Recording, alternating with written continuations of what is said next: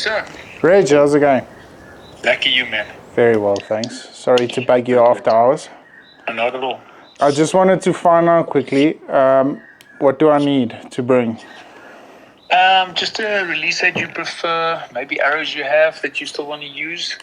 That's the most important. And your personal rangefinder. So we can do the sighting on your, the way your rangefinder works, either yards or meters, and the makes and models differ a little bit. Okay, and then can we cut new arrows when I'm there?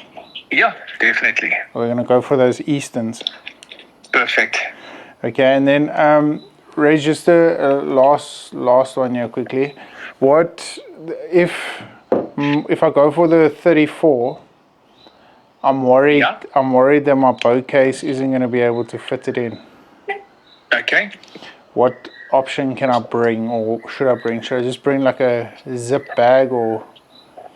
Yeah, you get those. I don't know if you've got those travel case, the gliders or the stroller. There's a bunch of makes. I've got the Sitka one and the Badlands Gears ones. But the normal cases will fit. Bring what you have, and then if it doesn't fit, we try and swap it out. Or we've got cases.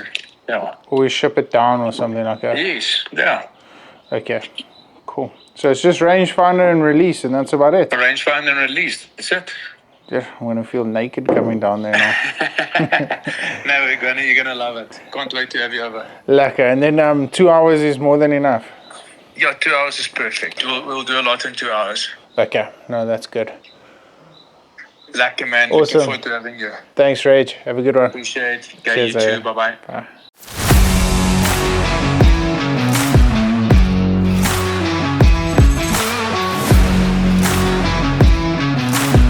Reg, finally made it up. Lekker, man. But now the big question, 30 or 34? We discussed this at length, and I think you're making the right decision. And we got to the decision by doing the following. If you were to take the 34 and a 30, there's a difference in riser length, and if you put them in your hands, grab that one, and feel the inertia. So most people go at that and they say 34 feels better, so I have to go for the 34. But something we have to take into account is if you were to take a world record breaking target bow like the Apex 7 here, this is a 40-42 inch axle to axle bow, and you take the riser length on this, look how much longer this is. If you take the riser length on that, the riser length on these two are very much the same. Yes, the axle to axle differ, but the inertia. So if we were to grab a hold of that, let me grab that one. Thank you. So that's a 36 inch axle to axle for all the guys that says axle to axle is the only thing that counts. Look how much smaller the ARC 30 is than the 36 inch Genesis. But put the two in your hand and feel the inertia between the two. If you do that little wobbly test like that, that's way more stable than that. This riser is like 15-16 inches. This riser is 29 inches. So you've got more riser, and that's where the weight and stability sits. So it does not magically sit in the length from there to there as we used to measure it. This is a banana shaped bow. This is a very parallel shaped. So that is where the inertia sits. So these things were, but imagine trying to walk through the bush with this. This is a good day rest.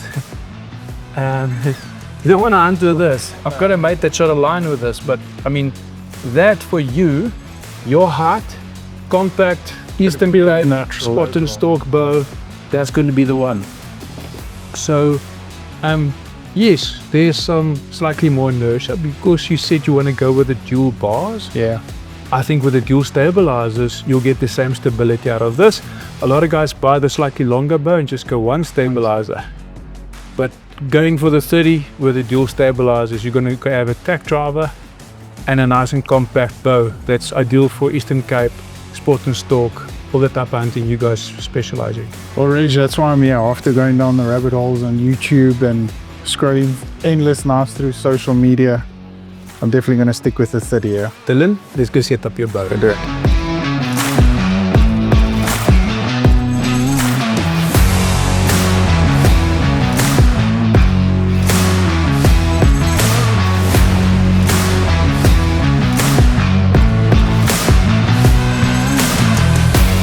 So this is the new 7 degree. So why they did the 7 degree is if you were to hold a bow, this was your bow, you can easily do that and there's no difference in maybe the bow's weight keeps it there. But if it's a pendulum like this and I'm doing this, I'm trying to pivot this pendulum around this weight point pointing down. So when you have a stabilizer straight out like that and you draw your bow, it easily keeps on doing this. But when it's like that there, when you draw, it just goes tuk and it's quiet. So being upright like that, a lot of the times you'll see a guy as he aims, his stabilizer does that.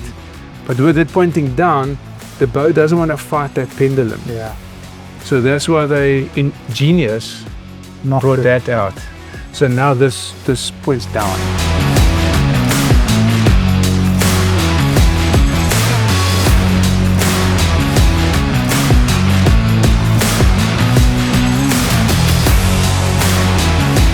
So, and you feel that plasticky, so it will give you a better penetration. We're going for 5 mil. If you went 4 mils, you can probably go with a harder fletch. So, but here's a question here. Yeah. How long do they last?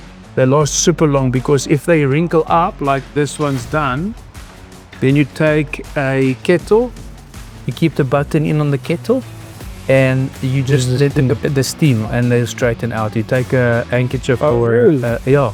And you just do this on them and they straighten out perfectly. No way.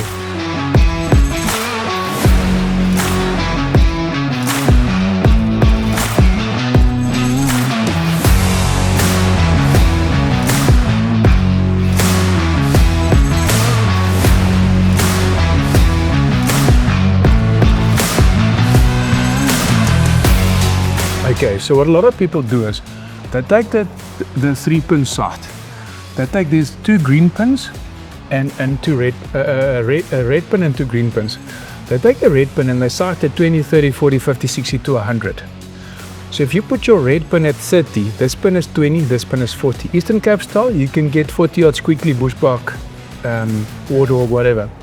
So always have 20, 30, 40 in front of you. So if you see the animal and you think it's 20, 30, 40, you know, at 20 yards, you put all 3 pins on its shoulder and you shoot it, and we can actually test it now. But if you don't like the feel of the 3 pin, we just pop a 1-pin cartridge in your sight and it's just a 1 pin.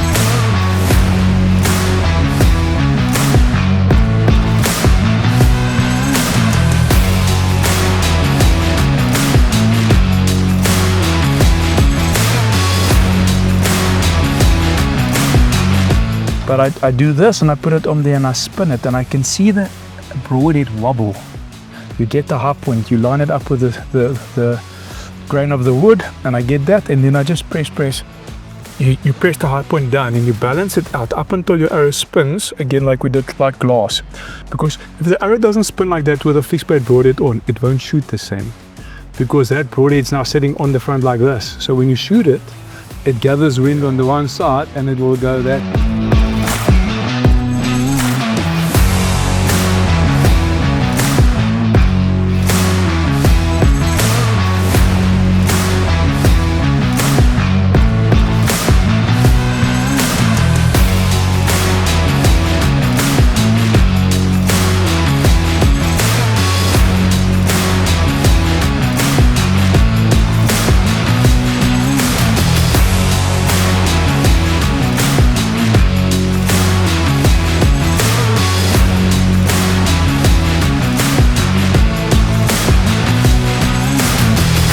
Confidence that the setup has given me is insane. I can't believe it.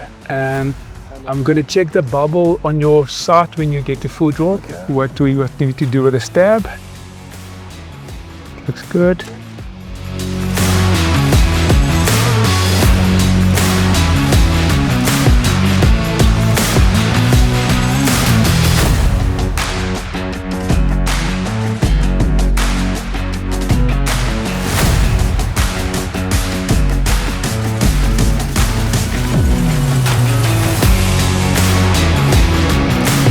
Rich, I'm leaving here a better man, a better bow hunter. I was so looking forward to this one.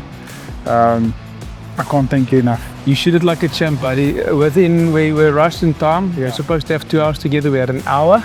And within the first 10 shots, you were stacking arrows at 60 yards like this. So I know it's gonna be happy hunting. Congratulations. I'm forever grateful. No, man. Privilege is ours. Too many fun, happy hours with us. Thank you. Congratulations. My love for hunting started in 2003 on my 13th birthday with my old man. And since that day, I've always believed in everything I do that there's a pinnacle to your career that you always look forward to. For rugby, it was scoring a try. For motocross, it was standing on the podium. For hunting, it's been able to associate myself with leading brands within the industry while preservating and looking after conservation species and using hunting as one of the best tools possible for conservation. But there's always that item that you've looked for so long, and you've strived to want to achieve that item. And for me, that was a Mathews bow. Ever since I was a kid, that 13-year-old boy, after shooting that blessed back and glimmering from ear to ear, I realized that hunting wasn't just about conservation. It wasn't just about pulling the trigger. It wasn't just about the biltong. It was the stories that followed. It was the people you met. It was the journey you had, the stalks, the frustration, the sad, the empathy, all these emotions that just crawled through you. But being able to associate myself with a top leading brand is something I hold on to very, very dear to my heart.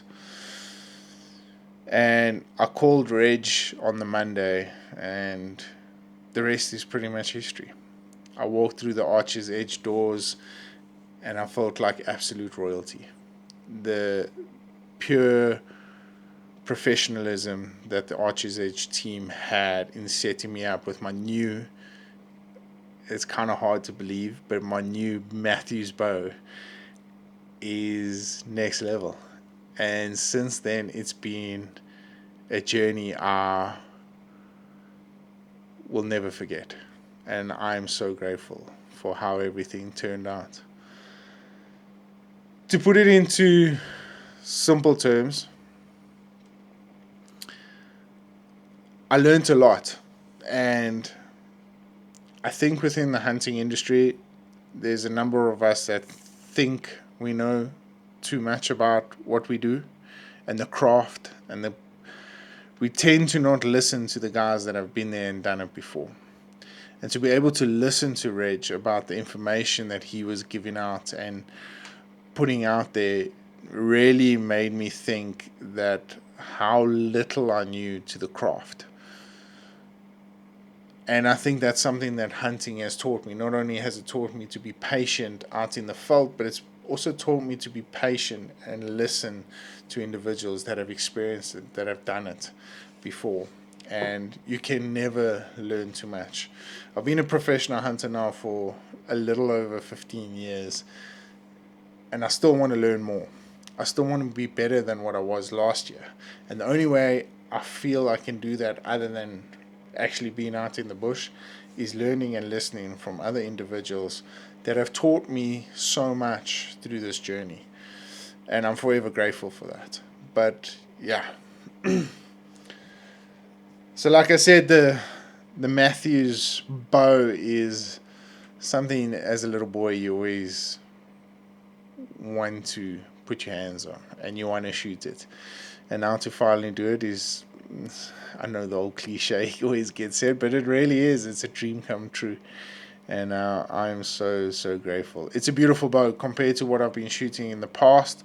It's really well balanced. I've never felt so comfortable behind the bow. Look, the draw for me is I've got to get a little bit used to, but we're shooting a 70-pound bow and a 29.5-inch draw length. We've gone for the 30-inch axle to axle, and it's an unbelievable setup. And partnered with the Eastern arrows, nothing's gonna beat, or nothing's gonna get away from me come 2026. Put it that way.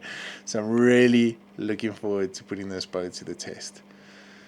Guys, thank you so much for tuning into this episode where we shared some valuable information about the new Mathews Bow ARC. I'm really looking forward to putting this one to the test in 2026. So follow me on this journey. If you haven't yet, hit the subscribe button, turn on the notifications. And if you enjoyed this episode, drop a thumbs up or interact with it. Drop a comment, and we'll get back to you guys as soon as we possibly can. But like always, for myself, if you are, happy hunting. Until then, stay safe, stay blessed, stay humble. We'll catch up with you guys soon.